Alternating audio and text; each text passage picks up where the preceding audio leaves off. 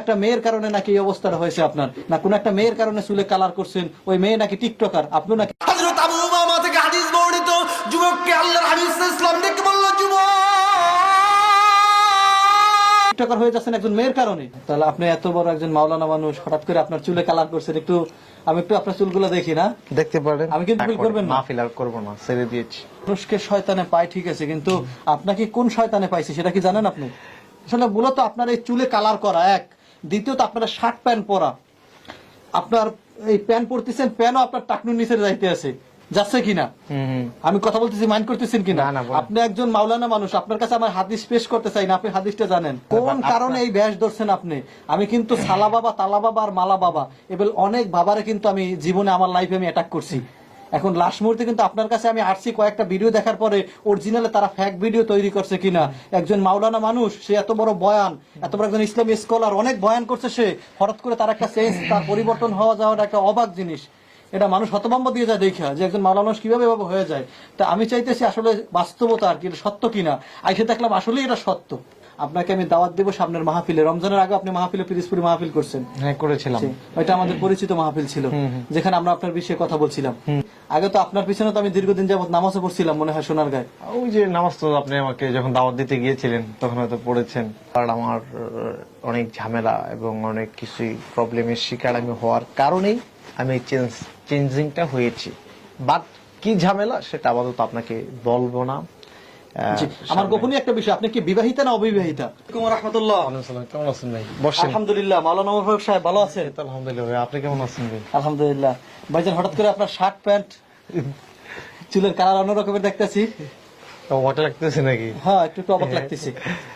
আচ্ছা, যাই হোক, এটা কিছুই না, সিম্পল। তা ভালো আছেন? আলহামদুলিল্লাহ। আপনি কেমন আছেন? বাসা ভালো আছে? আলহামদুলিল্লাহ ভালো আছে, কিন্তু আপনার অবাক হওয়া দেখে তো আমিও নিজে অবাক হয়ে গেছি। অবাক হওয়ার কিছু নেই। কি বিষয়ে আসলেন? আরসি যে বিষয় সেটা একটু পরে বলি। আগে তো আপনার পিছনে তো আমি দীর্ঘদিন যাবত নামাজও পড়ছিলাম, মনে হয় সোনারগাঁয়। ওই যে নামাজ তো আপনি আমাকে যখন দাওয়াত দিতে গিয়েছিলেন তখন হয়তো পড়েছেন। তাহলে আপনি এত বড় একজন মাওলানা মানুষ, হঠাৎ করে আপনার চুলে কালার করছেন, আমি একটু আপনার চুলগুলো দেখি না? দেখতে পারেন। আমি কিন্তু একটু ভিডিও শুট করছি, মনে কিছু কষ্ট আছে নি আবার? ভিডিও শুট না, এরকম কিছু প্রবলেম নেই। আপনার দুই একটা ভিডিও আমি দেখছি, দেখার পর আমি কিন্তু ক্যামেরা নিয়ে আসছি। আমার নিয়ে আসছিল আপনাকে আমি দাওয়াত দেবো সামনের মাহফিলে। রমজানের আগে আপনি মাহফিলে পিরিজপুরে মাহফিল করছেন? হ্যাঁ, করেছিলাম। ওইটা আমাদের পরিচিত মাহফিল ছিল, যেখানে আমরা আপনার বিষয়ে কথা বলছিলাম। কিন্তু দ্বিতীয়বার কিন্তু মাহফিলের জন্য আমরা আসছিলাম যে এখন একটা দাওয়াত দিব বা সামনের বছর দাওয়াত দিব, অগ্রিম দাওয়াতটা নেওয়া ভালো, কারণ আবার ডেট নাও পাওয়া যাইতে পারে। কিন্তু হঠাৎ করে আপনার এই পরিবর্তন এসে দেখে তো আমি নিজেই অবাক হয়ে গেছি। আসলে মূলত এই অবস্থায় কি আপনাকে মাহফিলে দাওয়াত আমি দিতে পারি? আপনি একটু বলবেন। এটা আসলে কোনো সম্ভব না, কারণ এটা মানুষ মানবে না। আর যেহেতু আমি ওয়াজ মাহফিল ছেড়ে দিয়েছি, তাই আমিও করব না। ওয়াজ মাহফিল করবেন না? ওয়াজ মাহফিল ছেড়ে দিয়েছি আমি। কেন ছেড়ে দিয়েছি? আসলে দীর্ঘ প্রায় 8 বছর ওয়াজ করেছি, আর ভালো লাগে না, ছেড়ে দিয়েছি। এখন আসলে ওয়াজের মধ্যে সোশ্যাল মিডিয়ায় তো আপনার অনেক বয়ান আছে। আছে, সিলেট মিডিয়ায় তো আসলে আপনারা দাওয়াত দিয়েছেন, দেখে দাওয়াত দিয়েছেন না? আসলে মূলত মানুষকে শয়তানে পায় ঠিক আছে, কিন্তু আপনাকে কোন শয়তানে পাইছে সেটা কি জানেন আপনি? সেটা আসলে আমি বুঝতে পারতেছি না, নিজে বুঝতে পারতেছেন না? না, বুঝতে পারতেছি কোন কারণে এই ব্যাস ধরছেন আপনি? আমি কিন্তু সালা বাবা, তালা বাবা আর মালা বাবা এবার অনেক বাবারে কিন্তু আমি জীবনে আমার লাইফে আমি অ্যাটাক করছি। এখন লাস্ট মুহূর্তে কিন্তু আপনার কাছে আমি আসছি কয়েকটা ভিডিও দেখার পরে অরিজিনালে তারা ফেক ভিডিও তৈরি করছে কিনা। একজন মাওলানা মানুষ, সে এত বড় বয়ান, এত বড় একজন ইসলামী স্কলার, অনেক বয়ান করছে, সে হঠাৎ করে তার একটা চেঞ্জ, তার পরিবর্তন হওয়া যাওয়াটা একটা অবাক জিনিস। এটা মানুষ হতভম্ব দিয়ে যায় দেখা যে একজন মাওলানা মানুষ কিভাবে এভাবে হয়ে যায়। তা আমি চাইতেছি আসলে বাস্তবতা আর কি, সত্য কিনা। আইসে দেখলাম আসলে এটা সত্য। আসলে বাস্তবে আমি ওয়াজ মাহফিল ছেড়ে দিয়েছি। তো আপনি যেহেতু আসছেন, আবার যেহেতু মিডিয়া নিয়ে আসছেন, তো সুতরাং আপনার মাধ্যমে আমি দেশবাসীকে বলবো, যারা আমাকে পূর্বে দাওয়াত দিয়েছিলেন, আপনাদের যাদের প্রোগ্রামে আমি অ্যাটেন্ড হয়েছিলাম, প্রধান আলোচক, বিশেষ আকর্ষক, মুফাসসির হিসাবে কথা বলেছিলাম, তাদের কাছে আন্তরিকভাবে ক্ষমা চেয়ে নিচ্ছি। আর আগামীতে কেউ যে দাওয়াত দিতে না আসে এবং ফোনে মাহফিল আর করবো না, ছেড়ে দিয়েছি। সম্মানিত বন্ধুরা, যে ব্যক্তিটা আমার পাশে বসা আছে আর যাকে নিয়ে আমি কথা বলতেছি, সে কিন্তু সাধারণ বিষয় না। সে একজন বড় মাফের আলেম, একজন ইসলামী স্কলার। অনেক জায়গায় সে অনেক সুন্দরভাবে বয়ান করত, তার কণ্ঠটাও মাশাআল্লাহ অনেক সুন্দর, আল্লাহ পাক রব্বুল আলামিন তাকে দান করছেন। কিন্তু এত বছর যাবত সে ইসলামের দাওয়াত দিয়ে মানুষকে বুঝিয়ে সে নিজেই এখন অবুঝের ভিতরে চলে গেছে। আমার পাশে যেই ব্যক্তি বসে আছে সে একজন ভালো মানুষের আলেম হলেও এখন কিন্তু তার আলেমের মতো লাগছে না, এখন কিন্তু সাধারণ টিকটকারও জালেমের মতো লাগছে। বাসাটা আমার অন্যরকম হলেও এটাই বাস্তবতা। আসলে মূলত তার এর পিছনের রহস্য কি আমরা সেটাই জানার বিষয়। আসলে মূলত আপনার এই চুলে কালার করা এক, দ্বিতীয়ত আপনার শার্ট প্যান্ট পরা, আপনার এই প্যান্ট পরতেছেন, প্যান্টও আপনার টাকনুর নিচে যাইতে আছে, যাচ্ছে কিনা আমি কথা বলতেছি মাইন্ড করতেছেন কিনা? না, না, বলেন। আপনি একজন মাওলানা মানুষ, আপনার কাছে আমার হাদিস পেশ করতে চাই না, আপনি হাদিসটা জানেন, মা আসফালা কাবাইনি মিনালি জারি ফিন্নার। তার আমরা এই হাদিস জানার পরেও ঠিক আছে আপনি কিন্তু সেটা করতেছেন, চুলে কালার করতেছেন, হয়তো দাঁড়িয়ে মনে হয় ছাটাইতেছেন।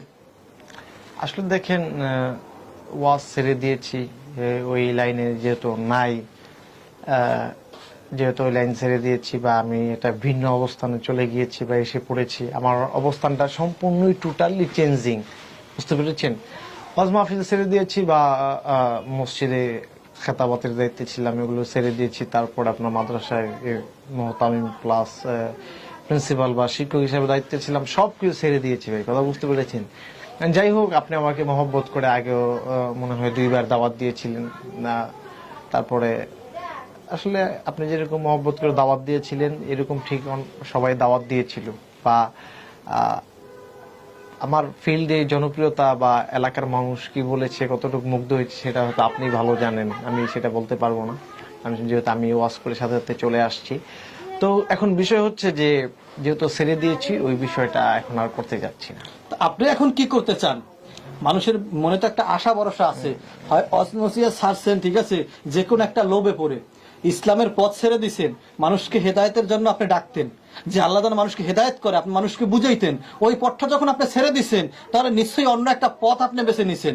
সেই পথটা আমরা দেখতে পাইতেছি, কিন্তু কি জন্য সেটা জানতে পারতেছি না। কি জন্য আমরা সেটা একটু জানতে চাই। আসলে দেখেন যে প্রথমত হলো যে যেহেতু আমার এই পরিবর্তন, এটা হয়তো বিশাল একটা ব্যাপার, স্বাভাবিক ব্যাপার না। প্রথমত আমি মনে করি স্বাভাবিক স্থানে নেই।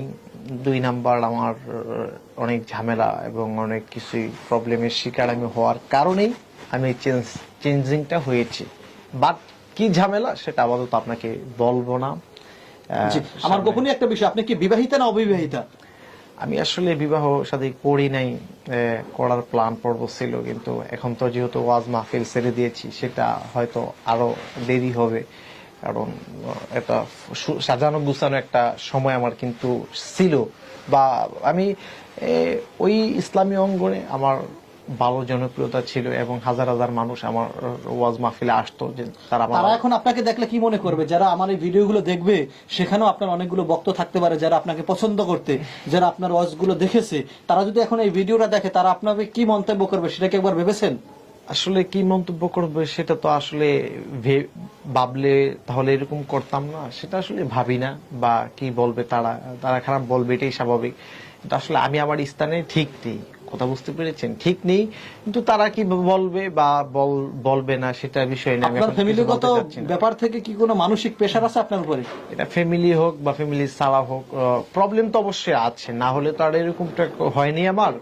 আর কি আমি আমার জায়গা থেকে মানসিক ভাবে সুস্থ নেই, এক কথা আমি এটা আর কি আপনাকে বললাম। আপনার কয়েকটা ভিডিও আমি দেখছি, তা আমার কাছে তো অবাক লাগছিল, এজন্য আমি আসছি। কিন্তু তার একটা ভিডিওর ভিতরে তো বলা আছে আপনার বিষয় যে আপনি নাকি কোন একটা মেয়ের কারণে নাকি এই অবস্থাটা হয়েছে আপনার, না কোন একটা মেয়ের কারণে চুলে কালার করছেন, ওই মেয়ে নাকি টিকটকার, আপনি নাকি এজন্য ওই মেয়ের সাথে টিকটকার হতে চান।